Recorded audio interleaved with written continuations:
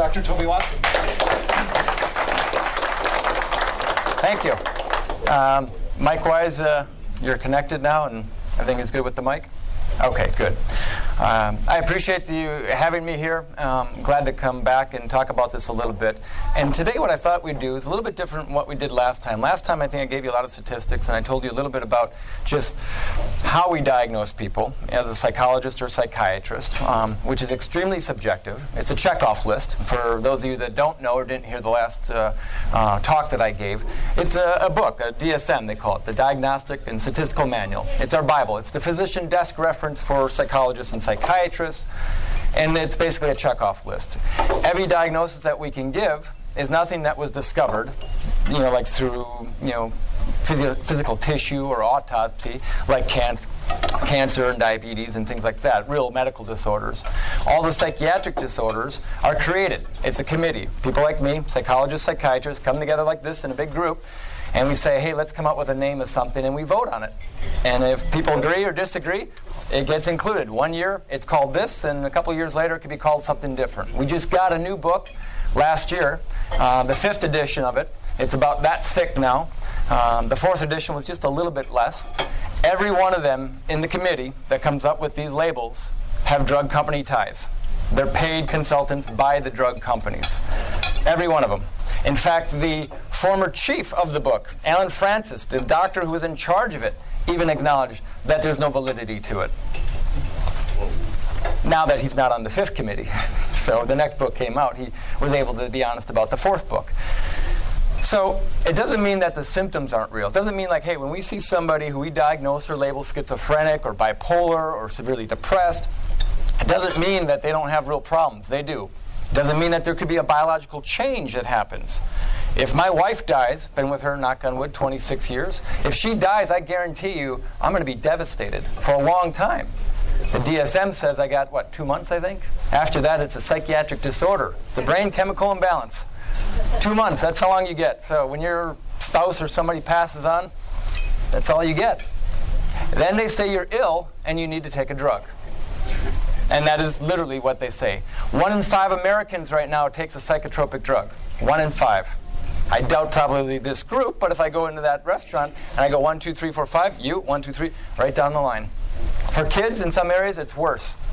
In some communities, it's worse. Out on the West Coast, there's cities out there where half of the population in the city is taking a psychotropic drug.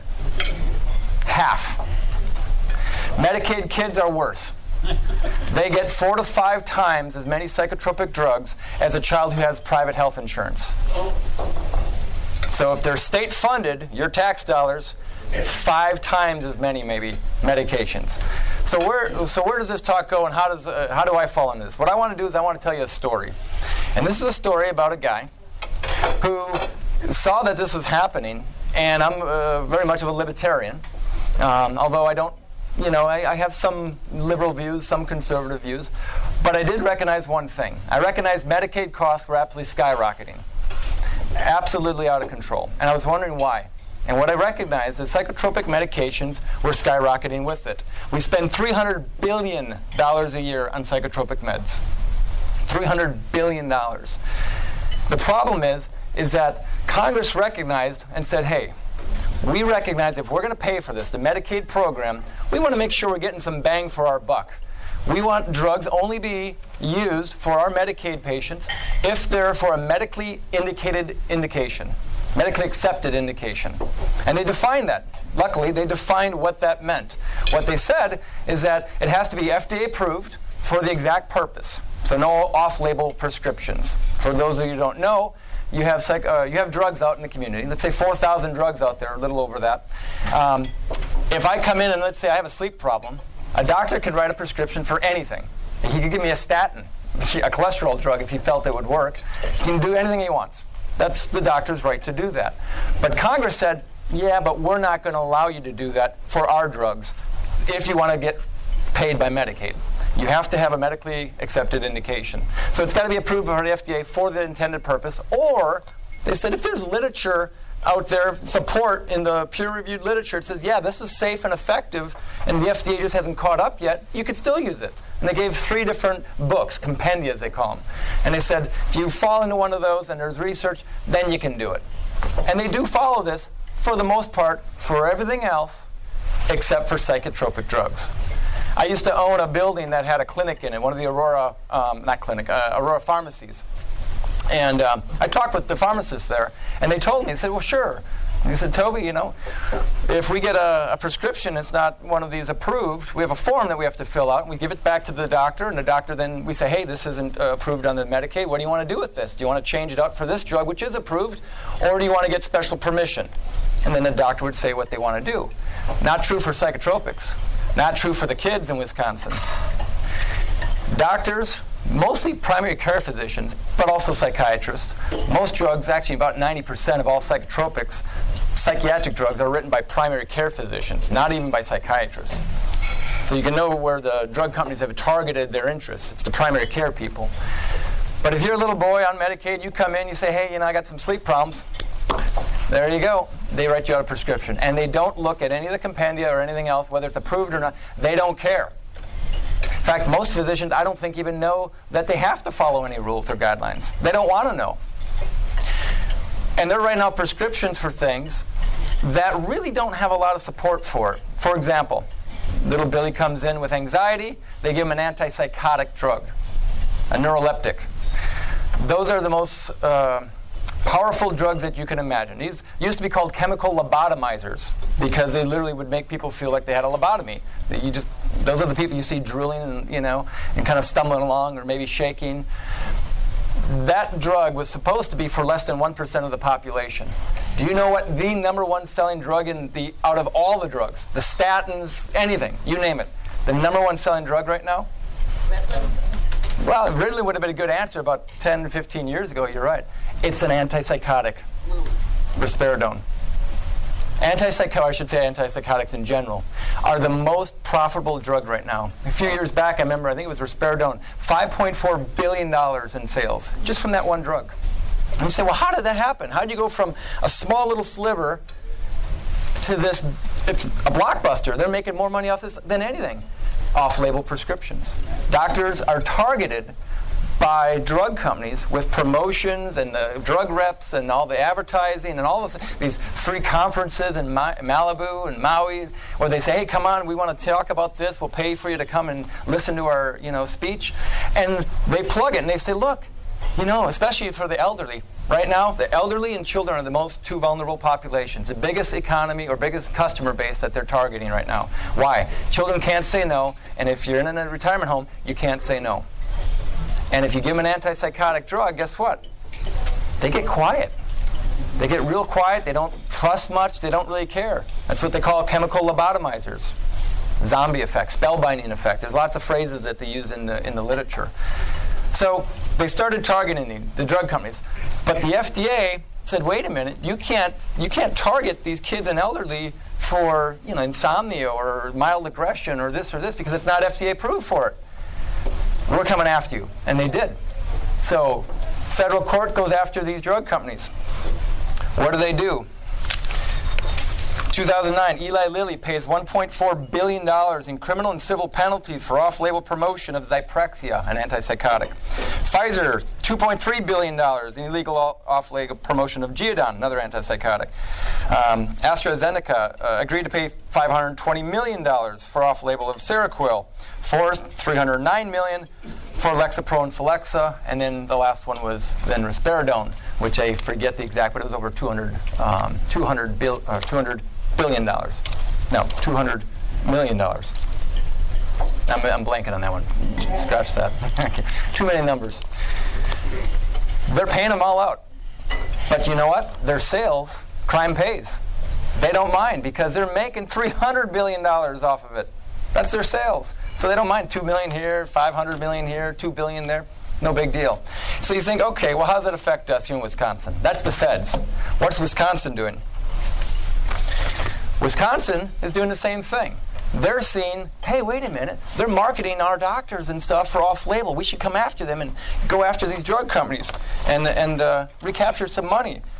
J.B. Van Holen publicly announced. This is going back 2013, November 5th. This is in my statement of the lawsuit that I brought against one of the psychiatrists.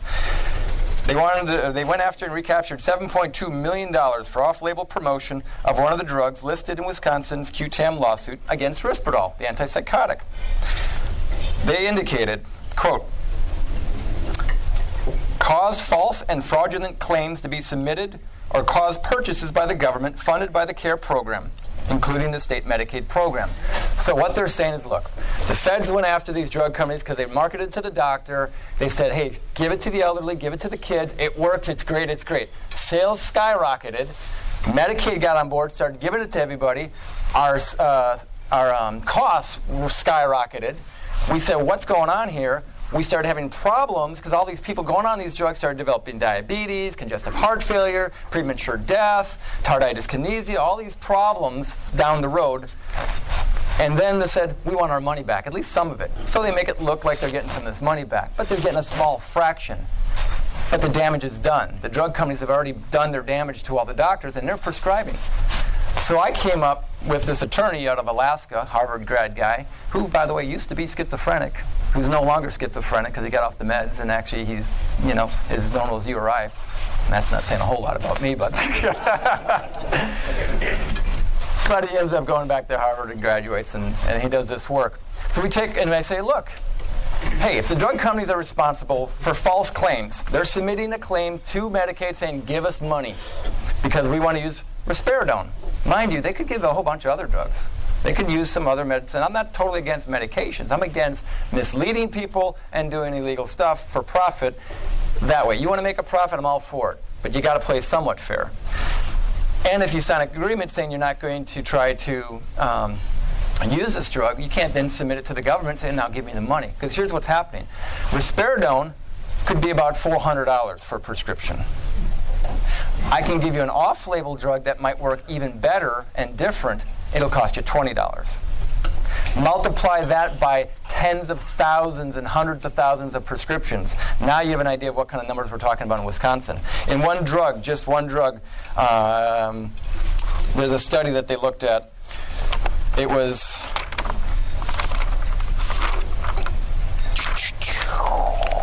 anticonvulsant drug, Neurontin, a gabapentin, was issued without any relationship to the diagnosis. So again, someone's diagnosed and say, oh, let's just use this instead. Not okay, not approved. The off-label cost $40 million to the state of Wisconsin. That was just one study that they happened to do in this state where we looked at it. That was $40 million for that one drug, and that's not even one of the big blockbusters. So I went after and said, let's go after the doctors. They should know better. They signed these agreements saying they're not going to use these drugs if they go with Medicaid. Most of the doctors don't even know about it. They don't even follow it because they never were told because Medicaid's not telling them. Meanwhile, you got the Attorney General saying, we're suing the drug companies because we know they're causing false claims.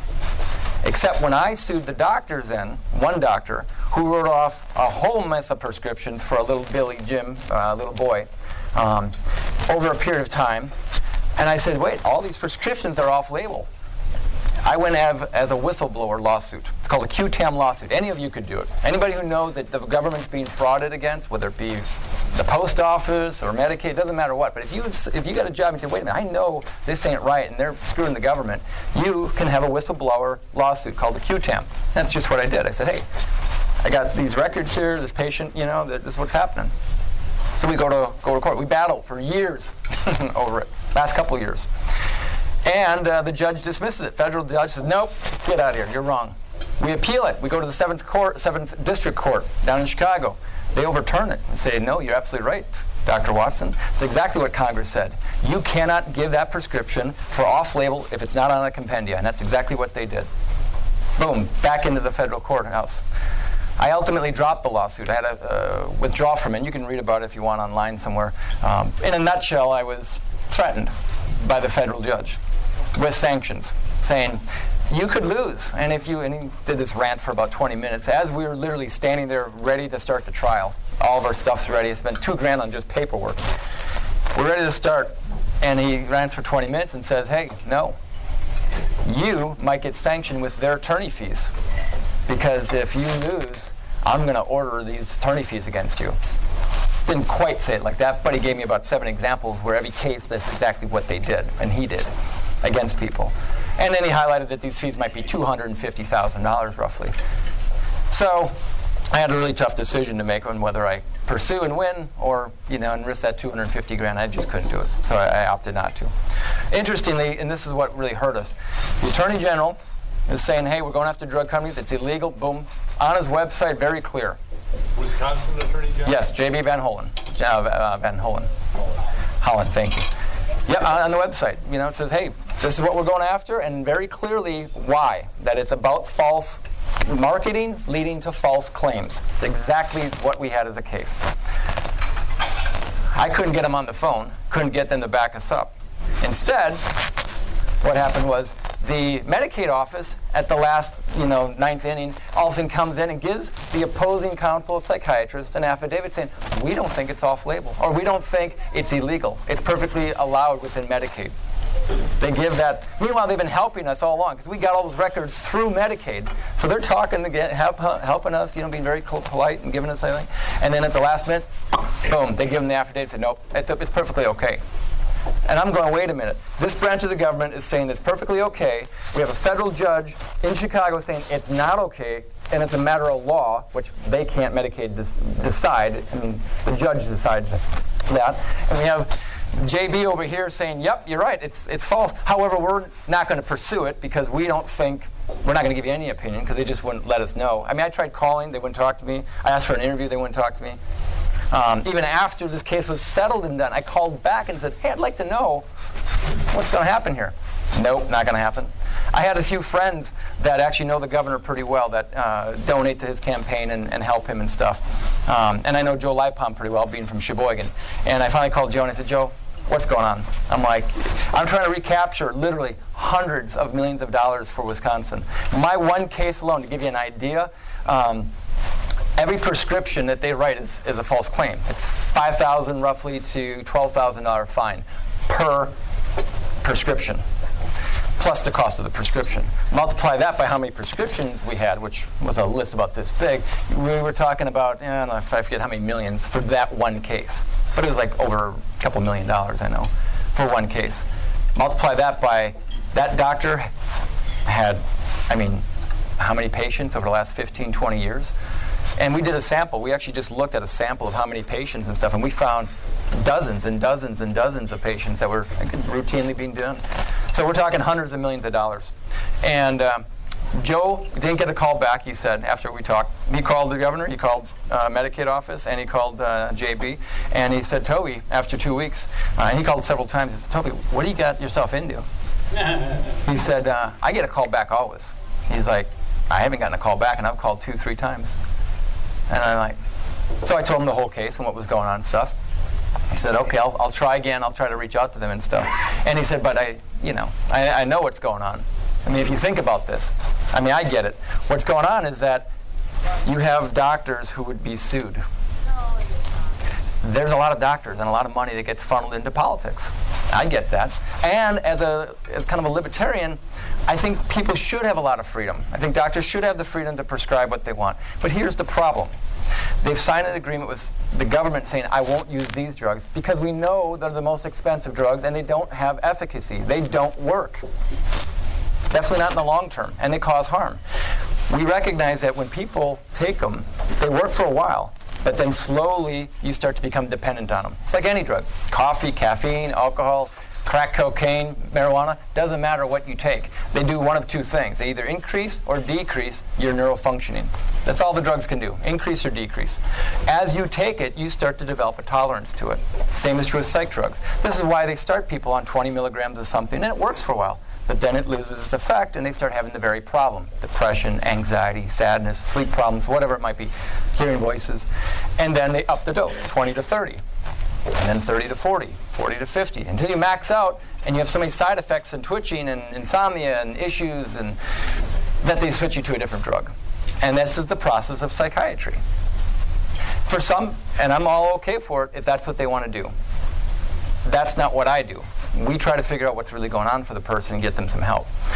Right now, the Veterans Administration is in a world of crap, and I've worked with several senators right now who's investigating that, and I've been talking with them over the last few months about a lot of this, because they recognize what they're doing is they're giving the vets lots of massive amounts of psychotropics and not getting them counseling. Call it PTSD, call it war trauma, call it, combat syndrome. It's had many names over the last 3,000, 4,000 years, and it's been documented for thousands of years. When you go into war and you do inhumane things, where you have to go and fight for your freedom or for your survival, it's going to affect you. You're going to have a lot of issues. You cannot treat that with a drug. When you suffer an injury to your humanity, the only thing that's going to restore your humanity is humanity.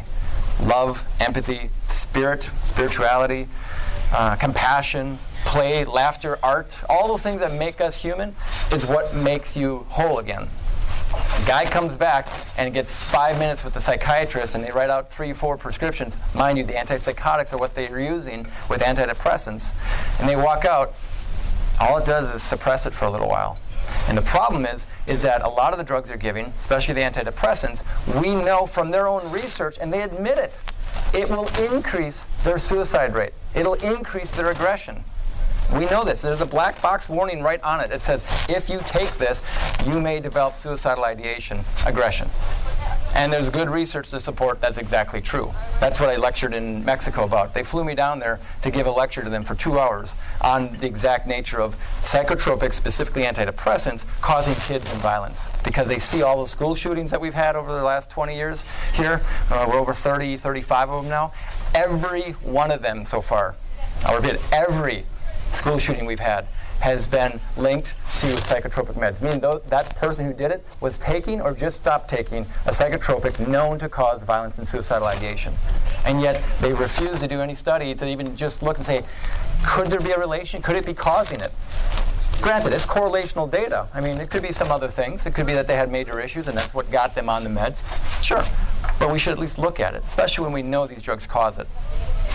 Glenn Mullen and Moore, 2 researchers, in 2012 or 13, December 2013, 12, did a study of the FDA database. All they did is said, look, let's look at all the drugs out there. Let's just take a look at a little sample shot of all the drugs that are out there, FDA proven. Let's just see which ones cause aggression. Let's see which ones might be causing some violence. Because we got a violent society, let's figure out what's going on. And what do you think they found? And there's, like, mind you, like 4,200 drugs out on the market right now, I think. Disproportionate rate, the top 31 culprits, psychotropic drugs. And in particular, the antidepressants. These ones that are like Prozac, Paxil, Effexor, things like that. They found that those were the drugs that were causing the vast majority of it. And when we're talking about what kind of numbers, I should have this down in my head already, but too many lectures and too much data. We were talking about, in a short period of time, several thousand incidents of aggression, violence, homicidal ideation.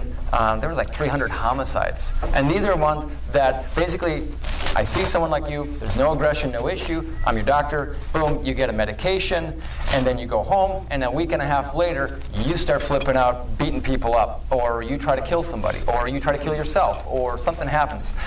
We take the medicine away, you tell me what happened, your wife tells me, or your family tells me what happened, I document it and I send it to the FDA and let them know, like, hey, this thing happened. And then all of a sudden the aggression goes away. We pretty much know this is what happened. It was the drug that caused it. That represents less than 1%. Doctors don't report it usually when it happens. Then they talk about it, it's very small. When you add it up and you look at the numbers, you're talking about hundreds and hundreds of thousands of people who have these types of episodes that wouldn't have it happen if they hadn't taken the drug. So the problem that I recognize is that we have drug companies who have free market, and they should have that, but they lie to the researchers like myself with statistical manipulation. They end up hiring ghostwriters. So let's say they come to my clinic and they say, hey, we want to do this trial.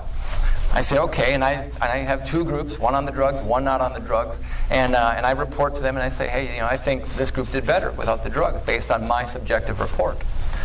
They then say, oh, well, we don't like your data, we'll just get rid of it. We have 50 other studies going. We find 2 that are good. The 48, they bury. The 2 that found better, they give those to the FDA, and that's how they get approved. 2 clinical trials. That's all you need. And you can have as many failures as you want. That's how the FDA works. They've never tested anything. So, and even if my data looks marginally okay, what they'll do then is take the data, give it to a statistician, they'll manipulate however they want to do it, recode things like, say, you suicide while you're on the study. Well, that was a dropout. So when I read it, dropout rate, 2%. That could be people who just walked away, or it could have been somebody who just killed themselves. That's what happened in Paxil. So they recode things. And then they find out years later, oh, sorry, and they pay a fine, and that's the end of it. So doctors aren't being given the information, honestly, and they don't know what's really happening. And then you get the Medicaid doctors who are targeted. Boom, Medicaid costs skyrocket. You end up flipping the bill for it, and people ultimately start to become disabled. Robert Whitaker wrote a book, Anatomy of an Epidemic. I mentioned it last time I was here. A must-read. He highlights exactly what's happened and highlights the longer you stay on a psychotropic and the higher dose even, as this goes like this on the graph, you look at the disability rate for mental health. Identical. What we're doing is we are slowly disabling Americans by giving them psychotropics because their brain starts to get addicted, and they literally get dementiated. Grace Jackson, a researcher, wrote a book called The Perfect Crime, Drug-Induced Dementia, The Perfect Crime. And she highlights exactly what neurologically is happening by taking these drugs and how it literally makes dementia. And that's why people get dementiated and they have these cognitive problems and become disabled. So my story is that I thought, all right, let's take a stand. Let's see if I can change, because this lawsuit was so important. There was only two or three others in the country that had ever gone and tried this. And we went further than any other lawsuit. Other ones had problems and they didn't have funding and some issues that came up. We took it and we got to that 7th District Court, the federal court, and they ruled and said, yes, this is illegal. That set precedence for our area, our state, Illinois, and other states, which really is saying it is not okay. I've licked my wounds for the last year or so just because I was worried. I was worried that I was going to get heat from the governor, from his office, from JB. I was waiting to see if I was going to get countersued by the psychiatrist that I went, because it cost her and her insurance company, I'm sure, a couple $100,000 to go through this. I mean, the paperwork, you can't even imagine. Thousands and thousands of pages and motions and things that have gone back and forth. And so I was kind of curious to see what was going to happen. Nothing has happened. I've been very quiet. This is the first time I've talked about it publicly, other than posting a statement on the attorney's website, because a lot of people were following this. Nationally, people were following this. A lot of attorneys, a lot of class action attorneys, big companies that go after like drug, or they go after like big tobacco or things like that. They were following this too, because what this really would mean is that if we would have been able to get to court and we would have won, every doctor immediately would have been vulnerable. They would have had to change their practice immediately and said, look, you have to follow the Congress guidelines now saying you're only going to use medications that are known to be safe and effective. You can't just do anything. And you have to realize drug companies are changing how you're prescribing. We're vulnerable. If I give you gifts and I tell you all this information, slowly you start to behave differently. And that's what doctors are doing. They're slowly changing what they're giving you based not on the science, based on what a drug company's telling them. And what the drug companies are saying, use the most expensive drug. This is our new drug, it's the best, it's great, it's wonderful, it's a cure-all. That's been going on for over 100 years. People have done that, elixirs, snake oils, that's been going on a long time. I mean, I got a lecture that we gave where we actually showed the old, little flyers from like 1800s where they'd say, this would cure this and this and this, and it was a snake oil salesman. That's what the antidepressants are now. I mean, they work, but they don't work because of the chemical agent. That's been proven numerous times now. Irving Kirsch has highlighted it's a placebo, sugar pill. That's it. They've even given people the sugar pill compared to the antidepressants. I'm giving you a sugar pill, but it's going to work. Your depression will go down, but you've got to take this pill every day in order for it to work. Now you'd think, well, that's silly. And sure enough, your depression goes down the exact same, almost exact, clinically the same as the antidepressant group. And we're not talking one person. We're talking, they do a big study, random assignment and whatnot.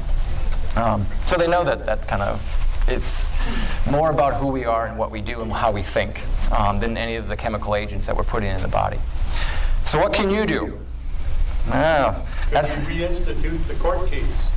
Not that one, but any other case. Why not the one that you basically... Because I agreed to dismiss and not refile. That was the agreement that I would do. Basically, it was a walk-away. I walk away from that psychiatrist, you know, they walk away from me, the court washes, doesn't sanction me, doesn't sanction her, doesn't try to do, everyone just walks away. It literally was a walk-away. The only thing that we benefit from, really, is, one, the model is there. I mean, if anybody ever wanted this, the model is all there, it's all ready to go. And the Seventh Court has ruled now, saying it is absolutely. So it would be pretty easy to kind of walk that line and go through it again and do it. You had a question? That same evidence? Not the evidence for that case, but it would be pretty easy. I mean, it's easy to get. How I got the evidence? I took an ad for I think it was 1 day, maybe 2, maybe it was 2 days. 2 days in a newspaper, a little ad about this big. It said, "Are you a Medicaid patient? Have you been given any of these medications before you were the age of 18? Because I wanted to go with there for kids. You may be entitled to compensation for a class action lawsuit or for a lawsuit." I think I left it blank. It's not class action, but a lawsuit. And I listed the drugs that had no clinically indication, medically accepted indication for a minor. So these drugs should never be used for a minor, according to the FDA and the databases that they allow. So I was like, if anybody has been given these, it's an automatic slam dunk. I had, I think, 10 people call me in those 2 days. And that was in Sheboygan, in a little newspaper article, or a little ad that I ran. And I looked at them, and then I chose ultimately one person, got those records, and then we talked, and again, they knew exactly what they were doing and what we wanted to do and what it was all about. So anybody could do it. I mean, you could do it, anybody could do it. And the only thing you have to do is have the person sign a release for the medical records, see that it's right there, and if you see those drugs, you pretty much can walk it over and hand it to an attorney and say, "Here you go, this is what I want to do." They know they're in a world of crap. I mean, there's no question that they know they're in a world of crap. I mean, the governor's office, you know, probably doesn't want to touch it because it's a hot potato, because it's like, wait a minute, you know, you're going to have the American Medical Association up in arms, insurance company up in arms, Medicaid in general, they don't want to do this. I mean, they're all culpable, you know, for doing this. I was kind of surprised at JB, you know, for not stepping up, because I was like, it was so clear on his website of cases that they've gone after and won for the exact thing that we're doing. Except we're not going after the drug company, we're going after the doctor, saying, you should know better, and you're the one writing the prescription out. If they're responsible for marketing it wrong, that led them to write the prescription, and that constitutes fraud, then how are they not part of that chain? They're the ones actually doing it. And ignorance, you know, is one thing, but there's you know, the Congress says you can't just claim ignorance. You should know. Again, if you're signing an agreement saying that this is what you're going to do, and you're going to take federal money, then you need to be aware that, hey, this is what you can and can't write prescriptions for. And now there would be no way they could play stupid, because this case obviously came out. Medicaid's well aware of it and stuff. So it's a little bit different. And actually, I talked with someone at Medicaid. When I called and I wrote my notes down and stuff, highlighted, and I said, I want to be clear. When I was getting close to doing the case, I said, is this true and correct? And the woman I talked with, this woman who was basically she was one of the top brass of Medicaid, basically. And she confirmed it. I said, so if a child's this age and they get this drug and it's not FDA approved, then it can't be. She's like, yes, exactly. Thank you. Next time we came back, like months later with this case, whole different story. Well, it's complicated and there's this issue. And it was like, wait a minute, you said this. And then the affidavit came out from Medicaid saying, nope, we think it's perfectly okay. And we were like, that's just not right. One possibility would be to find an organization. Let me use one that doesn't apply to, but gives it, like the Alliance Defense Fund will take cases of all types sure. in a certain genre of cases. Yeah. Well, I have an attorney who'll do it for free. Yeah, that's not the problem. We got an attorney. I mean, you know, he'll do it in a second. So that's not the concern. It's just finding a person, again, to do it. It took a lot of my time up. It did. I mean, it wore me out. That's why, like I said, you know, it's been, well, when did I put my my statement, when we released the case, I came out with a statement December 6, 2013. And I think I dropped the case. We were supposed to start the trial December 9th, 2013. And then December 3rd, At the pretrial conference, the judges here threatened Watson with substantial award of money. You know, and that was where it was like, all right, that's the end of it. So yeah, we had to basically withdraw the case then, and I think I withdrew the case right around that time. But yeah, it was a couple of years of doing it. Yeah. What advice do you have for all these kids that were diagnosed as being ADD? Where was that? For the kids, what I tell them, and when I see the kids, I tell them, I said, there's nothing wrong with you. You don't have any biological chemical imbalance. There's no, ADHD bug that's inside you, because they'll say it like that. The things you're being given are not aspirin, they're not, vitamins, where kids are told, well, they're like vitamins. And I tell them, I say, you're struggling maybe with concentration, or maybe you got a lot of energy and stuff. Yeah, you know what? I was like that too. I definitely would have been labeled ADHD, who knows what else at that time. You'll find something that interests you at some point. We got to find how to relate to you, teach you, get you active, get you involved. And we need to maybe look at some other things with your mom and dad or grandparents or maybe your church, or if there isn't a church, or we need to look at the school and the teachers. I guarantee you that if a child is having a problem, either it's a skill deficit, that there's some sort of skill that they've got to learn, like either how to focus or how to read, or dyslexia, or maybe an eye issue, or appetite, or nutrition, or caffeine, or bedtime. There's something there. And there's an unhappiness in his soul, or his psyche, or his environment. He's getting teased, he feels small, inferior, sad. Something is going on somewhere. He's not the problem. He's the symptom of whatever the problem is. If you have like a little... the analogy I give, if you have like a little tadpole in your stream, a little frog or something comes out, and you see it and it's got 6 legs, you don't drug the frog and say the frog's the problem. The frog's telling you something upstream is not right. You got to figure out what's not right to take care of that little tadpole. He's the most vulnerable of all the species are on that, on that line. Children are the most vulnerable. They can't really make change. Change happens from the top down, because people have power up here.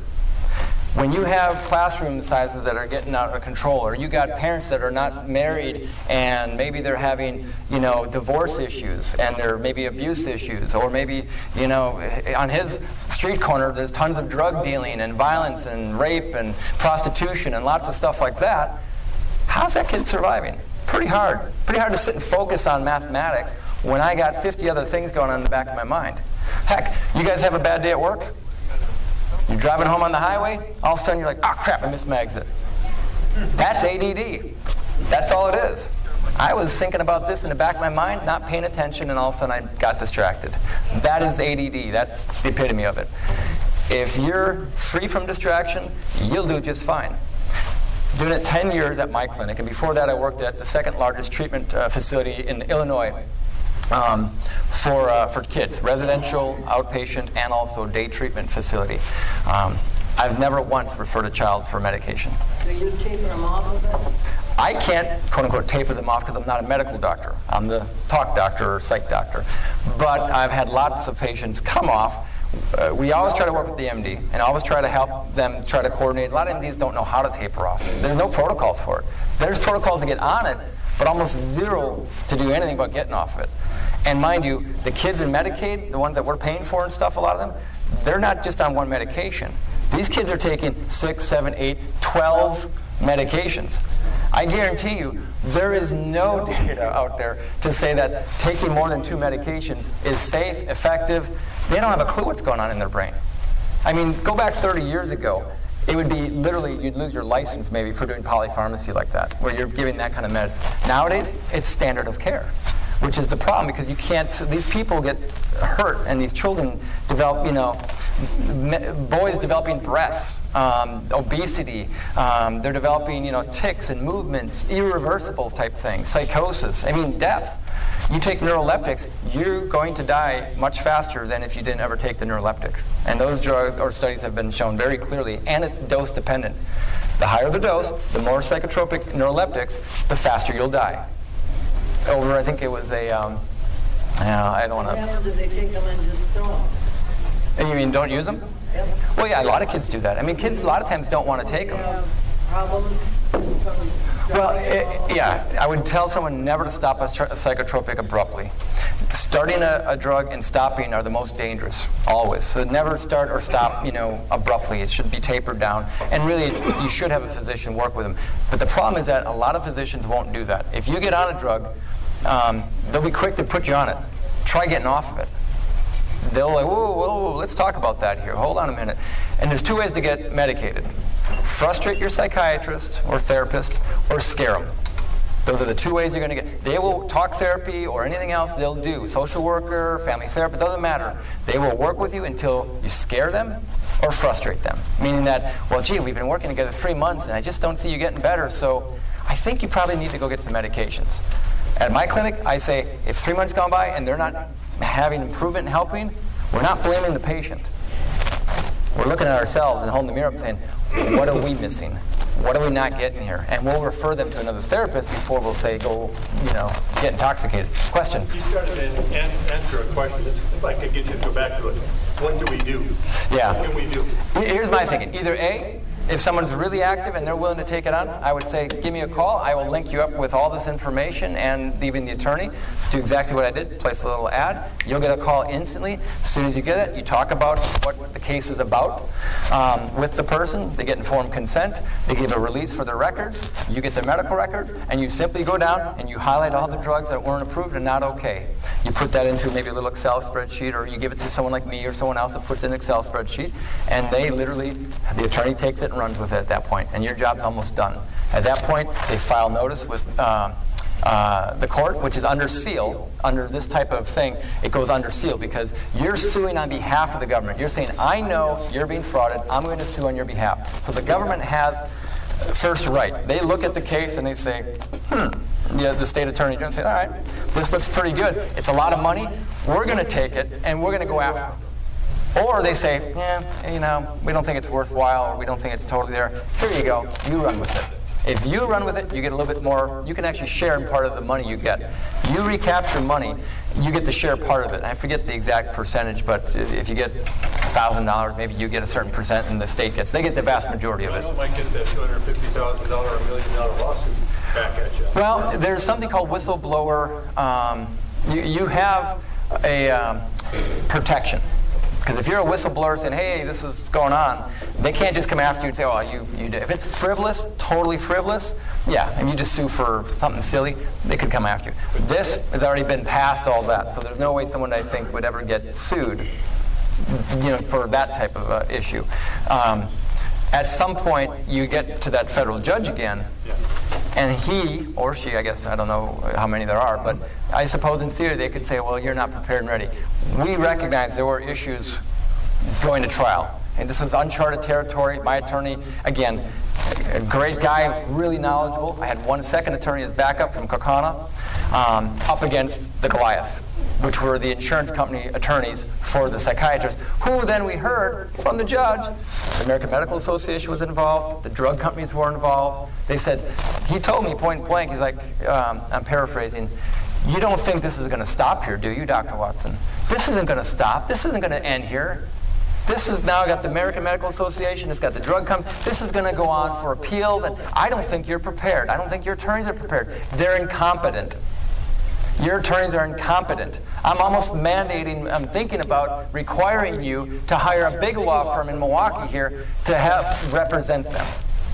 I'm not going to mandate it yet, but I'm going to give you a day or two to think about it. And if you come back, we'll talk. I strongly suggest you settle this. You need to settle this. That was after 20 minutes, and after he gave me 7 cases of how he ordered people to pay hundreds of thousands of dollars in opposite attorney fees. There was no way he wanted this case. But that same situation wouldn't exist if somebody took this case now or this evidence forward? It could. He would maybe make a little claim trying to, because he doesn't want it, and they don't want to rock the boat like this, and he was getting heat from wherever he was getting heat. But if we had a few things, locked up a little tighter, I might have gone for it and taken the risk. I mean, there's $250,000 I figured on my that I was looking at. I'm like, I might have taken the risk. Isn't that where an organization in back of you as a plaintiff, sure, wouldn't that make the difference? I mean, that would. Well, keep it in mind, it has to be a person that sues. It can't be an organization because we got to put our neck out there, it's a person, right? Right. Well, and I had thought of that too, because there's a lot of activists that I know, that are into this that really don't have a lot, and they don't. I mean, they live month to month. They're living in a little apartment. They got $2,000 to their name, and I said, next time if I did again, that would be the person. I would have been the backer, but I would have put it in their name, or I would have had them say, hey, why don't you do this? Because they would have been like, all right, fine.